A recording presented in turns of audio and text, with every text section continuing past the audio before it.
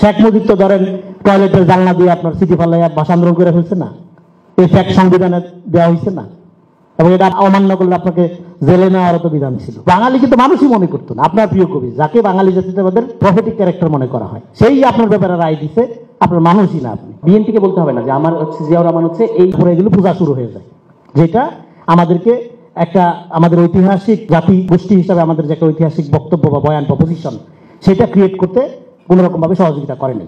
তাহলে ইতিহাস কি এই বিষয়ে যেহেতু আমাদের ধারণা নাই, তাহলে আমাদের আলোচনা শুরু হইতে হবে ইতিহাস কি এই বিষয়টা ধরে। ইতিহাস হলো দেখেন history is nothing but particular agency of knowledge system.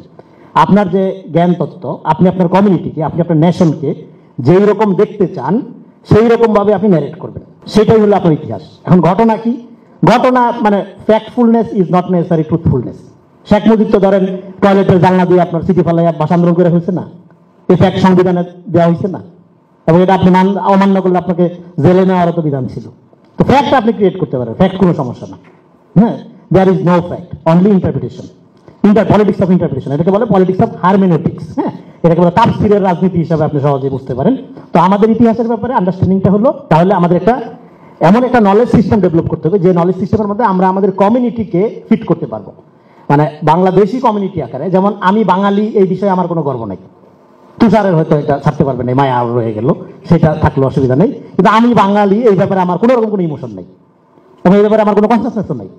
আমার একমাত্র কনসার্ন হলো আমি বাংলাদেশি নাগরিক আকারে আমি আমার মর্যাদা পাচ্ছি কিনা, এবং এখন এই গুগল ওয়ার্ল্ডে আমি পৃথিবীর সন্তান হিসেবে ফাংশন করতে চাই। মানুষের একটা লোকেশন লাগে, সেই লোকেশন হিসাবে বাংলাদেশ ফাইন, এক্সিলেন্ট, তারপরে আমি একটা গ্লোবাল কমিউনিটির লোক, এবং আমার জিওগ্রাফি আমি সাউথ এই আপনার পুরো সাবকন্টিনেন্টের, তারপরে আমি আমার একটা সিভিলাইজেশনাল রুট আমার লাগবে, সেখানে আমি এক আব্রাহামিক রিলিজিয়নের যে ধারা তার সর্বশেষ যে সংস্করণ ইসলাম আমার ধর্ম, আমি সেই জায়গা থেকে আমি নিজেকে পরিচয় নির্মাণ করি, তাই না? তো এই যে পরিচয়টা, আপনি এই পরিচয়টাকে যদি আপনি ইভেন্ট পূজা করেন 47, 71, 90, তারপরে এখন 24, আপনার গ্লোবাল সিভিলাইজেশন আপনার কোনো জায়গা হবে না। আপনার গ্লোবাল সিভিলাইজেশনের জায়গা হবে যখনই আপনার একটা আপনার পুরো কমিউনিটির হিস্ট্রিটাকে ফিলোসফিক্যালি আপনি এঙ্গেজ করতে পারবেন একটা সিভিলাইজেশনাল রুটের সাথে। সেটা না করতে পারলে গ্লোবাল হিস্ট্রিতে আপনার কোনো জায়গা হবে না, কথা পরিষ্কার। তো সেই জায়গা থেকে আমরা এই যে ইভেন্ট পূজা করি, এটার মধ্য দিয়ে যেটা হয় কি, আমরা এটার ইমিডিয়েট পলিটিক্যাল ফায়দা যে যেভাবে নিতে পারে নেওয়ার চেষ্টা করি। করার মধ্যে একটা কমন আপনার যে আইডেন্টিটি যেটা বলে, যেমন ইরানিয়ান নেশন আপনি বলেন, ইভেন ইন্ডিয়ানদেরও আছে। হ্যাঁ, এটা আমাদের এই অর্থে যে গইরা ওঠে নাই, আমাদের যে এই আপনাদের বিলঙ্গিং যেটাকে বলে, হ্যাঁ বিলঙ্গিং ভালো শব্দ, বিলঙ্গিং যে গইরা ওঠে নাই, এর কারণটা কি? কারণটা হলো আমরা যে কোনো একটা ইভেন্ট ঘটলে তারপরে সেই ইভেন্টে তুই পক্ষে না বিপক্ষে, তুই রাজাকার না মুক্তিযুদ্ধ, হ্যাঁ তুই আওয়ামী লীগ না বিএনপি, এই যে বাইনারি আকারে আমরা দেখি, এটার মধ্যে দিয়ে একটা নেশন কখনো তৈরি হয় না। তাহলে আমাদের হিস্ট্রি সম্পর্কে গভীরভাবে চিন্তা করতে হবে। হ্যাঁ, পৃথিবীর সমস্ত মুক্তি সংগ্রামের ইতিহাসের সাথেই আপনার 24-এর মিল আছে। তুষার যেটা বললো এটা খুব ইম্পর্টেন্ট, যে তাহলে আপনার 24 একটা সুযোগ দিছে যে আপনার এই যে উপনিবেশী সংস্কৃতি বা ইতিহাসের বয়ানের আপনি ভিকটিম ছিলেন, সেখান থেকে আপনাকে রাজনৈতিকভাবে মুক্তি দিছে একটা পপুলার অভ্যুত্থানের মধ্য দিয়ে।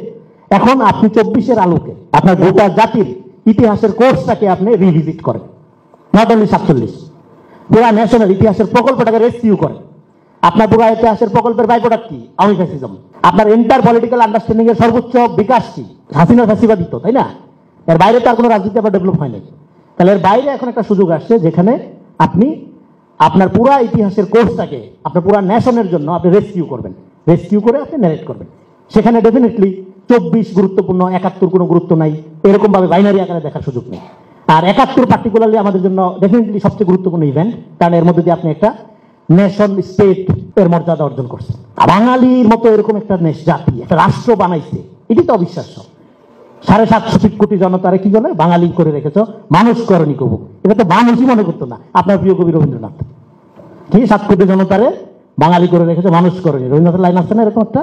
ওই তো মানে একটু উল্টাপাল্টা বললাম আর কি, বাট লাইনটা আছে আর কি এরকম, তাই না? তার মানে কি, সে বাঙালিকে তো মানুষই মনে করতো না। আপনার প্রিয় কবি যাকে বাঙালি জাতীয়তাবাদের কি বলা হয়, প্রফেটিক ক্যারেক্টার মনে করা হয়, সেই আপনার ব্যাপারে রায় দিছে, আপনার মানুষই না, আপনি বাঙালি হয়ে রয়েছেন।